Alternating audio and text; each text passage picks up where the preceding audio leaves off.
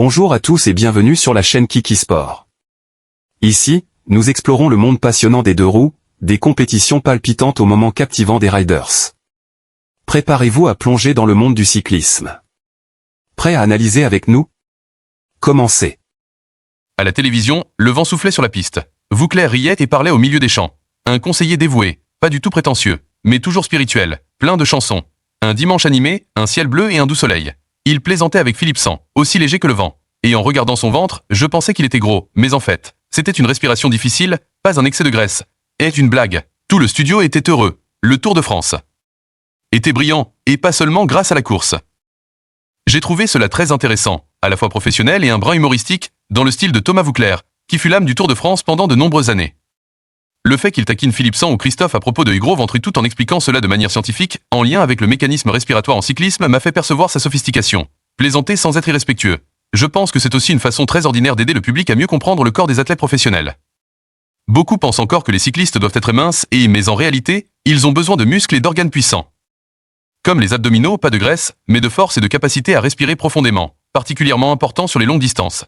J'ai également trouvé que les commentaires de Voukler n'étaient pas désobligeants, bien au contraire. Il admirait le physique tonique de Philippe Sang, tout en offrant un point de vue qui a rapproché les téléspectateurs de ce sport.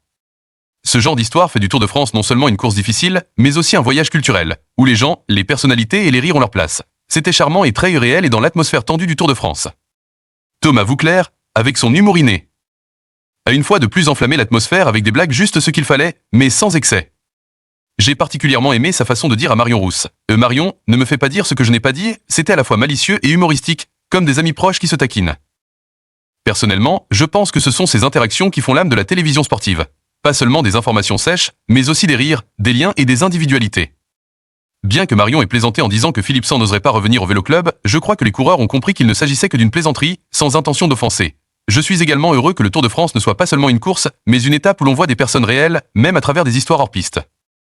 Thomas Voukler n'a pas peur de se moquer de lui-même, il n'a pas peur de se moquer, mais il respecte toujours les athlètes. C'est un art de la communication que, selon moi, toute personne souhaitant devenir commentateur sportif devrait apprendre. Merci de poursuivre avec nous votre passion du cyclisme. N'oubliez pas de vous abonner pour ne rien manquer des prochaines courses et des dernières actualités du monde du cyclisme. À bientôt sur notre chaîne, où chaque coup de pédale nous rapproche de l'excitation et de la beauté du cyclisme. Bonne santé.